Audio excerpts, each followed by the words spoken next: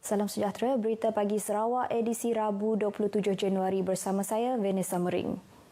Masyarakat di negeri ini khususnya di Sibu diseru supaya bekerjasama mematuhi prosedur operasi standard SOP, Perintah Kawalan Pergerakan PKP dan PKP bersyarat dalam usaha memutuskan rantaian COVID-19 yang kini menular di kawasan luar bandar.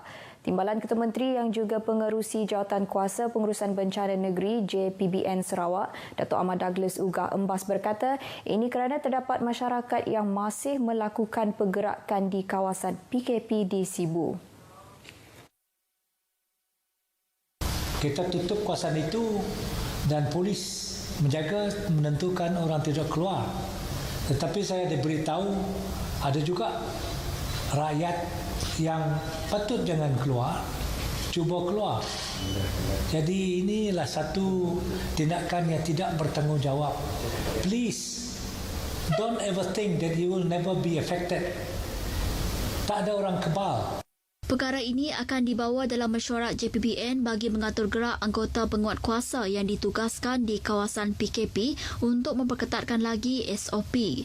Jelasnya lagi, kerajaan telah menyediakan bantuan bekalan makanan kepada lokaliti dan rumah panjang yang dikenakan PKP dan tiada alasan masyarakat di kawasan itu keluar untuk mendapatkan bekalan makanan. Beliau menyatakan demikian dalam sidang media harian perkembangan COVID-19 Sarawak di Bangunan Lama Dewan Undangan Negeri Kuching. Sementara itu, bagi membendung penularan ini terutama di rumah panjang, kerajaan negeri telah memulakan kursus khas peringkat pertama untuk ketua kaum dan masyarakat yang memberi pendedahan tentang peranan masing-masing di kawasan mereka. Tegasnya, ketika ini kerjasama serta peranan semua masyarakat tidak mengira bangsa dan agama di Sarawak amat diperlukan untuk mengingatkan diri, keluarga dan saudara mara supaya tidak leka, bukan hanya bergantung dengan penguatkuasa sahaja.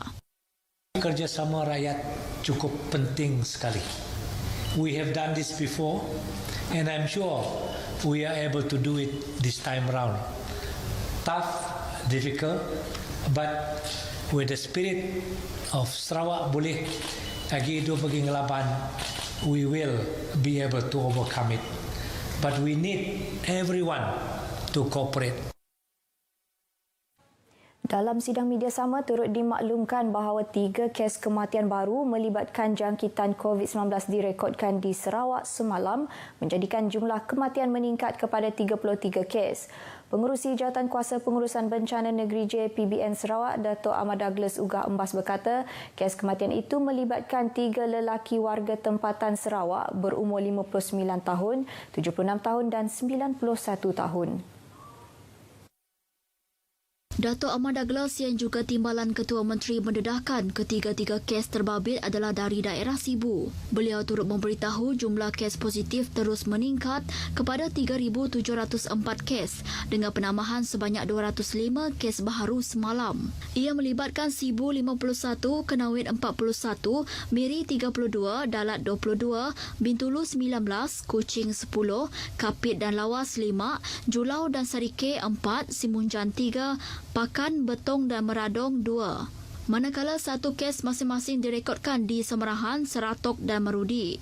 Sementara itu, 8 kluster masih dilaporkan aktif dengan kluster Pasai Sibu mencatatkan kes harian tertinggi iaitu penambahan 108 kes semalam menjadikan jumlah kes positif meningkat kepada 1,582 kes.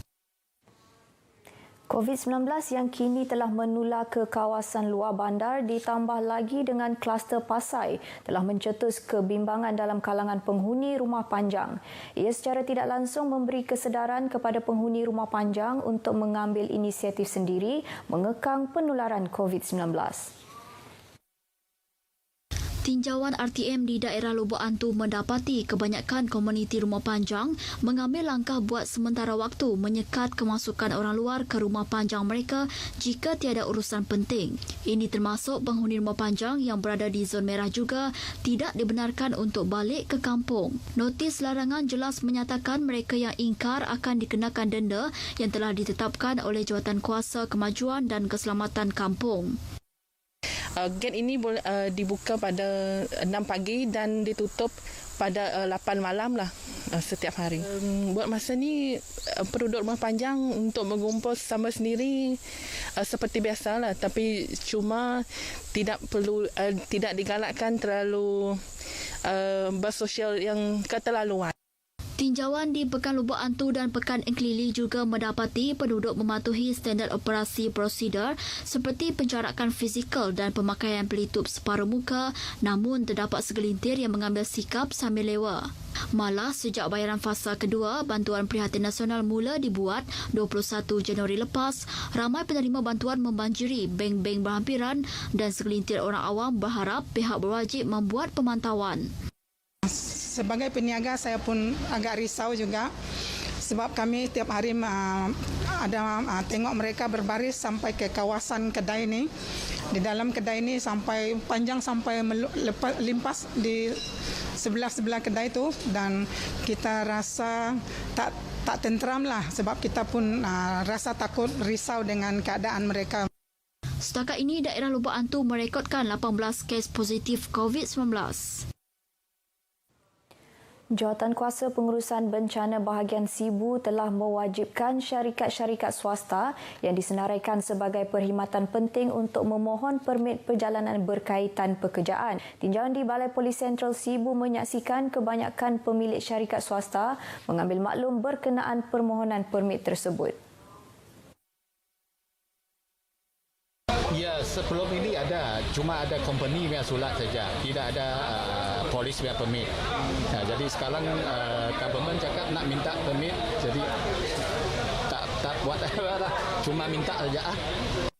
Sementara itu, bagi Hannah Ho yang bekerja sebagai kaki tangan di sebuah syarikat dalam sektor perubatan swasta berkata, beliau mencadangkan agar permohonan tersebut boleh dibuat melalui dalam talian bagi mengehadkan jumlah individu.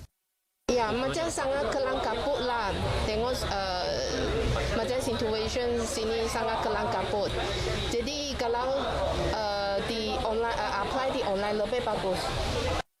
Syarikat di Sibu perlu mengemukakan satu permohonan dan ia terhad kepada perjalanan dalam bahagian Sibu sahaja. Ia boleh dibuat di Balai Polis berdekatan dan permohonan hendaklah disertakan dengan dokumen lesen perniagaan, senarai nama pekerja selain nombor kad pengenalan dan masa beroperasi. Ladang kelapa sawit di daerah Beluru telah diarahkan menjalani perintah sekatan pergerakan sehingga 8 Februari depan. Menteri Pengangkutan merangkap pengerusi Jawatankuasa Pengurusan Bencana Bahagian Miri, Datuk Lee Kim Shin berkata, arahan itu dikuat kuasa pada Isnin lalu ekoran terdapat 2 kes positif jangkitan tempatan. Oleh itu, Datuk Lee Kim Shin menyeru penduduk setempat supaya memanfaatkan pusat santi swab COVID-19 yang telah disediakan di Stadium Tertutup Miri untuk membuat saringan. Manakala operasi sanitasi telah dilakukan di beberapa kawasan daerah Telang Usan. Menurut Ketua Balai Bomba dan Penyelamat Marudi, Maureen Sim Ahlian, operasi sanitasi dilakukan di beberapa pejabat, kedai dan premis makanan. Musibah yang mengubah pelan dunia, trafik udara dan kehidupan manusia, genap setahun coronavirus menyelubungi kehidupan. Tercetus di Wuhan, China, seluruh dunia tahu sehingga kini manusia masih bergelut menewaskannya melihat situasi kesihatan semakin meruncing. Jumlah kematian global yang mencecah lebih 2 juta, satu angka yang menakutkan. Itu kadar keberjangkitan yang kian sukar dikawal. Januari terlepas, hanya berita dari China diterima, belum ada jangkitan di Malaysia. Namun, apabila ia mula menular, memula COVID-19 ni wujud, norma masyarakat macam susah nak terima hakikat benda ni sebab diorang terikat dengan penyakit berjangkit ini. Mula-mula COVID tu ya, benda pertama yang bertakut is nak keluar rumah ya susah. Bukan sekadar hilang kebebasan, malah ramai yang terkorban. Dengan potensi mengurangkan populasi rakyat, kerajaan negeri segera bertindak pada 25 Januari tahun lepas dengan menutup semua pintu sepadan ke Sarawak. Namun, apakah segala usaha kerajaan dan inisiatif diperkenalkan memadai? Jelas sekali tidak. Rakyat leka. Tapi keadaan masa tu, masyarakat yang si betul. Engkar, sukan berpoya-poya akhirnya mendapat kesusahan lagi pun. Bila kena compound, janganlah kerjaan. Kerjaan memang betul menjalankan tugas tu daripada COVID tu. Yang saya penerimanya rakyat saya lah. Terlalulah gambung rakyat tu. Sebab ada bantuan daripada kerjaannya jadi gambung lah. Apa dia diberi oleh kerjaan. Tapi lupa apa yang daripada oleh kerjaan. Namun semuanya menanti penawar bagi memutuskan kitaran virus ini. Jangankan setahun, malah sehari pun tiada yang sanggup lagi hidup berjarakan 2 meter ini. Terus patuhi SOP, jika berterusan begini semakin ramai yang mati. Syarikin Bahrain, RTM. Regimen 511 Askar Wataniah kini lebih terlibat dalam op penawar untuk membendung wabak COVID-19 sejak Mac tahun lalu berbanding op murni untuk membantu penduduk terjejas banjir. Perkara tersebut dijelaskan oleh Komander Regimen 511 Askar Wataniah, Brigadier Jeneral Abang Muhammad Abang Marzuki bagi menjawab pertanyaan atau kemusykilan orang ramai mengenai keterlibatan pegawai dan anggota terbabit dalam membantu op murni semasa bencana banjir melanda Sarawak baru-baru ini.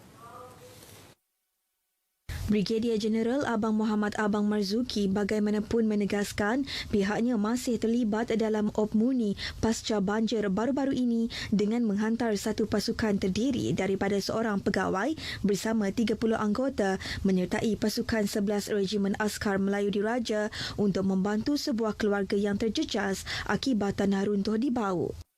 InsyaAllah dalam terdekat ini jiwa murni yang akan dibuat di Simunjan dan di Gedong, pasukan kita juga akan terlibat sebab kita di bawah naungan 3 brigade memang sentiasa terlibat di dalam aktiviti-aktiviti yang melibatkan masyarakat setempat, khasnya di bawah kawasan tanggungjawab Regimen 512. Jelasnya Regimen 511 Askar Wataniah juga akan terlibat dalam op jiwa murni yang akan dilaksanakan di Simunjan dan Gedong dalam masa terdekat. Brigadier Jeneral Abang Muhammad ditemui pemberita selepas menghadiri kempen derma darah bertempat di Kem Ria Regimen 511 Askar Wataniah di Kuching. Paparan itu tadi mengakhiri berita pagi Sarawak. Elak keluar daripada rumah jika tiada urusan penting. Bersama kita cegah penularan COVID-19. Saya Vanessa Mering, sehingga berjumpa lagi. Salam hormat.